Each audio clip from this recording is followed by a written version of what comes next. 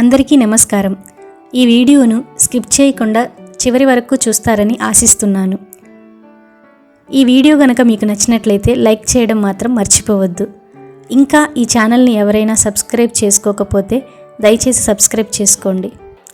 మహాశివరాత్రి అనేది హిందువుల ముఖ్యమైన పర్వదినాలలో ఒకటి. ఈరోజు భక్తులు రాత్రంతా జాగరణ చేసి శివుడిని భక్తిపూర్వకంగా పూజిస్తారు.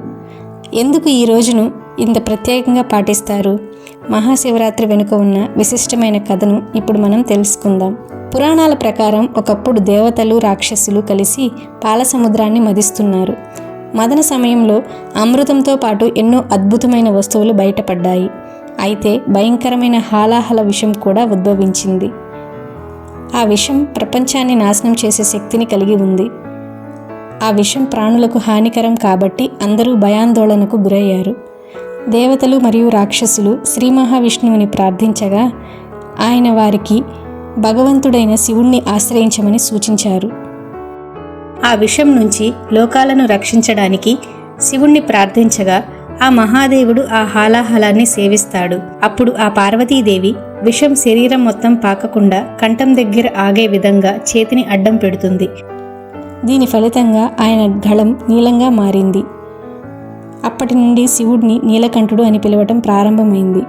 ఈ ఘట్టం జరిగిన రోజు మహాశివరాత్రిగా ప్రసిద్ధి చెందింది. భక్తులు ఈరోజు ఉపవాసం ఉండి శివుణ్ణి ఆరాధిస్తే ఆయన కృప లభిస్తుందని నమ్మకం.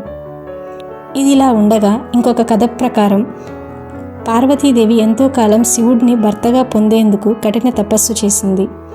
ఆమె భక్తికి మెచ్చిన శివుడు ఆమెను వివాహం చేసుకున్న రోజు మహాశివరాత్రిగా పురాణాల్లో ప్రస్తావించబడింది.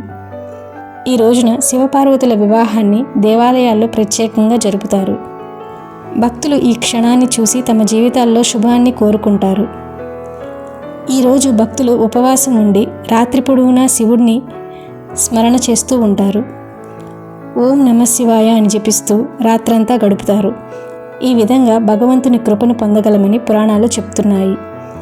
శివరాత్రి నాడు రాత్రి జాగరణ చేస్తే మన లోపలి అజ్ఞానాంధకారం తొలగి ఆధ్యాత్మిక జ్ఞానం పెరుగుతుందని నమ్మకం.